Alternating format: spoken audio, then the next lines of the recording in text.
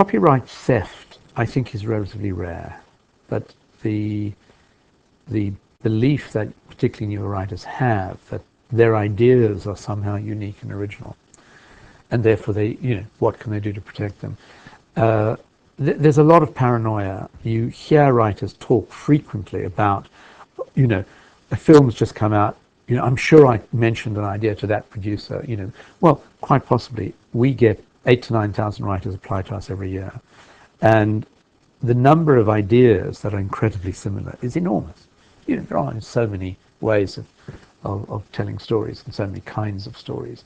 I'm not sure that there are only 7 basic plots, but nevertheless, people get paranoid because they think the real value lies in the idea, whereas actually, to me, the real value lies in the writing and the ability to execute the idea. If we get a very exciting, high-concept idea in the slush pile and the writing is appalling, we just send it straight back. If we get something which is beautifully written, someone who's really got talent, but a really bad idea, we'll call them in for a meeting. Because finding people who write well is the most difficult thing. Good ideas are easy to come by. And therefore the sense of I've got to protect it. They also have very skimpy notion of how you do protect ideas. Firstly, you can't protect an idea, you can only protect something that's written.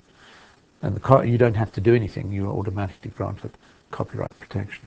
So people pay money for things to be registered in certain websites and whatever it is.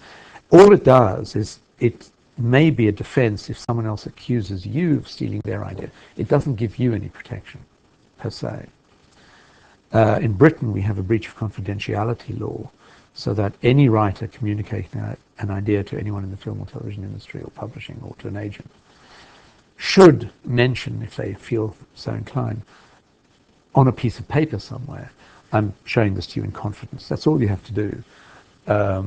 It's much easier to prove then that there was a breach of confidentiality.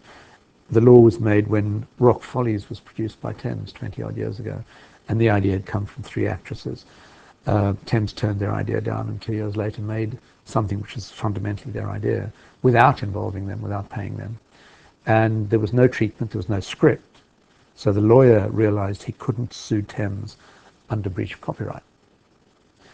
And he argued that there was implicit in the nature of the relationship between the writer and the production company or the broadcaster a duty, an obligation of confidentiality.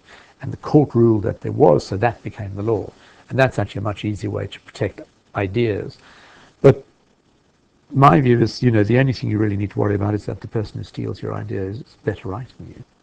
And don't worry about it. People who tell stories don't ever run out of ideas. People who kind of, in a sense, come up with an idea, which you find if you really press them, has often been taken from something they've read or something they've seen anyway. So this attempt to say, it's my idea, I've got to protect it, actually it's a bit spurious because they've effectively been inspired by, if not stolen from, another writer. So I think it's a worry people have, and as my mother used to say, don't be rational about my neuroses.